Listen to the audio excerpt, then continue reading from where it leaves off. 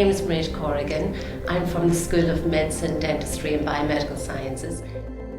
I am Class Al-Karim. I am a clinical reader and a consultant in restorative dentistry. My name is Cherise Henry. I'm from the School of Medicine. I'm currently a fifth year medical student.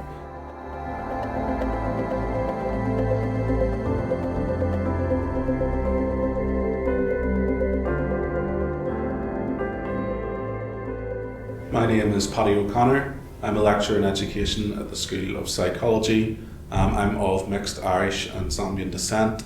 I'm the co-champion for equity, diversity and inclusion within the School of Psychology, and I'm also one of the champions on the Racial Equity Network. My name is Magdalena Rychlowska. I'm Polish, I'm a carer, I'm a lecturer in the School of Psychology, and together with Paddy, I co-direct the group for equity, diversity and inclusion in the School of Psychology. I'm also a member of the Racial Equity Network at Queen's. So Magda and I, we both lead our school's equity, diversity and inclusion group, and it was really set up on the back of a lot of the great work that our SWAN committee does, and having a group that was committed to looking at issues of diversity and inclusion is really central to our school. We have a large cohort of international students at master's level, and really our group's main focus is to listen to those voices of those students, to see really where we can improve in terms of what we do as a school. Our staff are also committed to including more diversity in terms of their teaching, and certainly we are there to try and to support them as best as we can in terms of doing that. So our EDI group is pretty much in its infancy as well. Our committee comprises ourselves, staff members, members from our internationalisation committee as well, and we also have students at both undergraduate and postgraduate level who assist in promoting EDI and also listening to the concerns of students. We also try and put some events on, and our main focus this year is to try and put events on that not only support our students in understanding some of the EDI issues of a lot of our cohort at undergraduate, postgraduate level, but also looking to find speakers to come in and speak to our staff about best ways of trying to decolonise the curriculum and kind of diversify the literature that they teach at undergraduate and postgraduate level. And also ourselves, recently we've just begun a piece of research looking at students' experiences of EDI within the school, and looking at how, for example, first year undergraduate students, how they perceive our teaching in terms of its diversity, whether they have any ideas on how we could include more diverse literature in the topics that we do teach. Paddy mentioned we worked with colleagues from the Internationalization Committee. There's already a lot of work being done on promoting EDI led by this one committee and many other committees. So we're the official task force, but very often our work relates to promoting other initiatives that are already in place that are being implemented by our colleagues. And also, I think that we've been in place about 2 years now, and it took us some time to accept that decolonizing and diversifying the curriculum just takes time, and it's only now after extensive training that we start to notice some patterns and think about potential solutions or change to be made in the future. So there's so many biases that we're not even aware of in psychology as a discipline. I mean, we are here in the UK talking about decolonization of curriculum, but all the curriculum in psychology is in English, right? So I think the mere medium and ways in which we publish our research, in which we communicate our research to the world, are dominated by a small number of countries, Western high-income democratic countries. And in fact, we neglect 90% of the globe. So just hearing these voices and bringing them forward is a process that's going to take generations, hopefully as little time as possible. But it's even hard to imagine a different world, and we're slowly working to make progress in that, but it's a long process.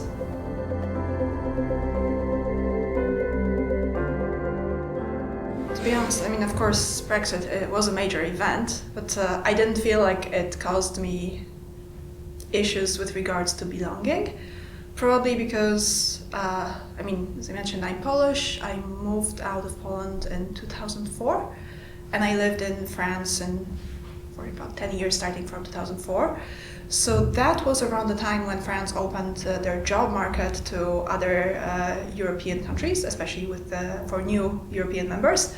So I think that is where my socialization in Western countries happened, and that was probably the time where I had a lot of messages about high versus low quality immigrants, and about immigrants from Poland and how they are way more suitable for certain jobs rather than others. And I will let you guess what the suitable jobs for Polish immigrants are. I think that everyone knows in many countries.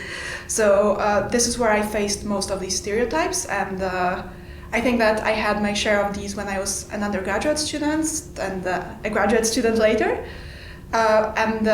When I was arriving to Queen's, it was already from a perspective of a staff member, and at a relatively peaceful time where I managed to see my difference as a source of interesting and powerful things rather than as handicap as I saw it for years earlier. But at some point you just get so many of these microaggressions or comments about where you're from or what's this language that you're speaking, that it just stops being a source of problems, and you just see it as a difference that gives you power and fuels your anger rather than anything else.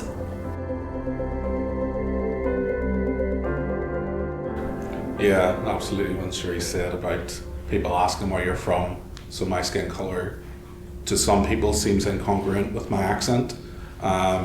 Still now I get comments about it. In fact, I was actually recently abused outside the Whitlow Hall by, I don't know who it was, but what I can say in terms of positives is that even though I find that there's not a lot of people who look like me within my school, the staff and students are fantastic, and at no point do I ever feel in any way bad for the way I look, for the way I talk, or anything like that. I do find that my experience of Queen's has been quite different to my experience up until before I came to Queen's. So I've been here since 2011. So I've been here as a student, a PhD student, a research assistant, and now I work as a lecturer. And I think now I kind of reflect on a lot of experiences I had when I was younger, some of which, Therese, I think what you said are very, they definitely resonate with me. And I look back at them and think, they really weren't right. And I think I'm in a much more stronger position to call out when these things happen, whether it happens to me personally or whether it happens to other students or other staff. But certainly I think the experiences I've had have made me a lot more resilient. It's not to say that growing up as somebody of mixed race in Belfast is a negative experience. Far from it. There have been isolated incidents where I have felt uncomfortable, and incidents where I do feel that people have committed some microaggressions. But on the whole, my experience of working at Queen's and as a student at Queen's, in terms of my identity, has been wholly positive.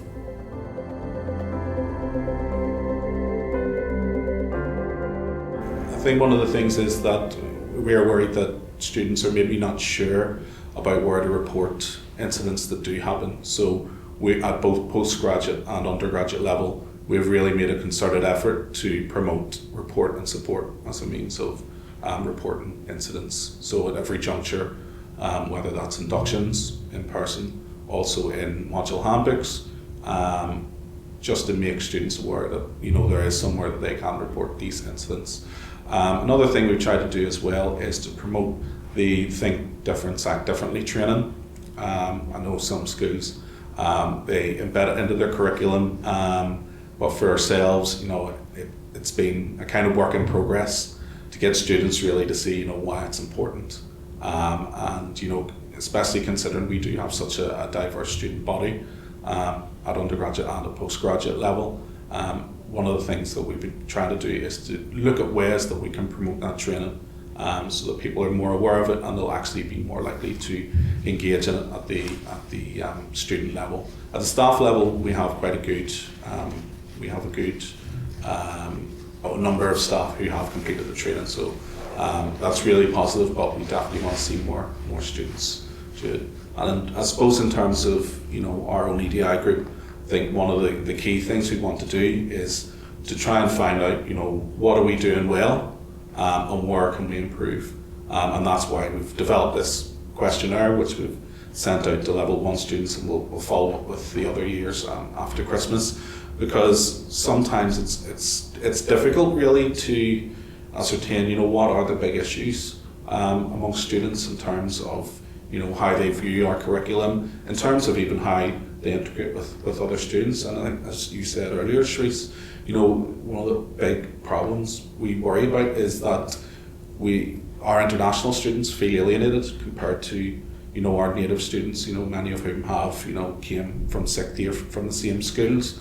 Our internationalisation committee has an international buddy scheme where we have local students and also non-native students who have been around for a couple of years who will support new incoming international students and meet up with them, show them around and get them familiar with Belfast and with the school. So there are a few initiatives. I've probably forgotten about some. I don't know if you think about any, Magda.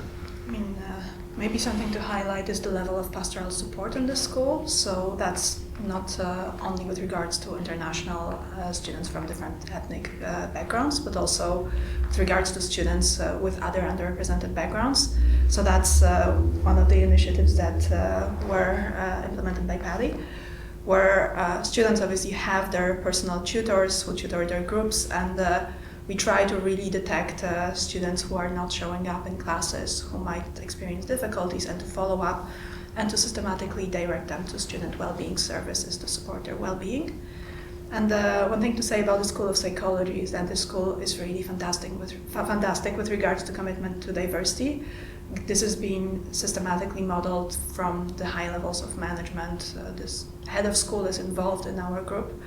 And there's been a lot of emphasis on SWAN internationalization and EDI initiatives. And I think that just seeing people from underrepresented backgrounds in positions of power and being able to provide mentoring is also quite a good resource for students.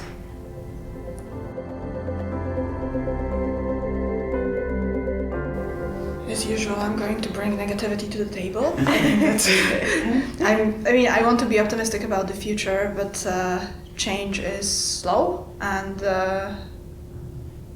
personally, I often have the impression that for my own mental health, I need to accept that change is slow, and just whenever I'm discouraged with the slowness of the change, it's nice to just keep repeating myself that I need to persevere with however small the actions are, even if it's just correcting some broken links within the university or within our department that lead to EDI-related websites, or making the sort of small incremental change. One danger is that because we are starting many of these conversations, they can lead to intergroup divisions. So now, for example, we have competing dialogues that are about gender equality, and that are about EDI, and that are about physical ability and LGBTQ backgrounds. And there's a huge potential for conflict while we are all fighting against unfair and divisive hierarchies. So I think that one important goal to keep in mind is to keep this fight and not to stimulate too many intergroup divisions, because that's one danger on the way. I think I try to be positive, kind of thinking about the future. I think, looking to the future, I would hope that we can have these kind of conversations and people don't feel uncomfortable about them, and that when we can call people out and it not be such a big deal. Even if it's incidental, or people don't mean to cause offence, that we can have these conversations as grown-ups, because I think in my experience sometimes the conversation can't be had in terms of one side or the other feels very much that they're right and argue maybe quite aggressively in favour of their point of view. But yeah, I would just hope that we can all be kind of get to a point where it's safe and it's okay to have these conversations, and that these are not meant to be an affront to anyone in particular, but that we can be, I think, just a bit more mature about it, really.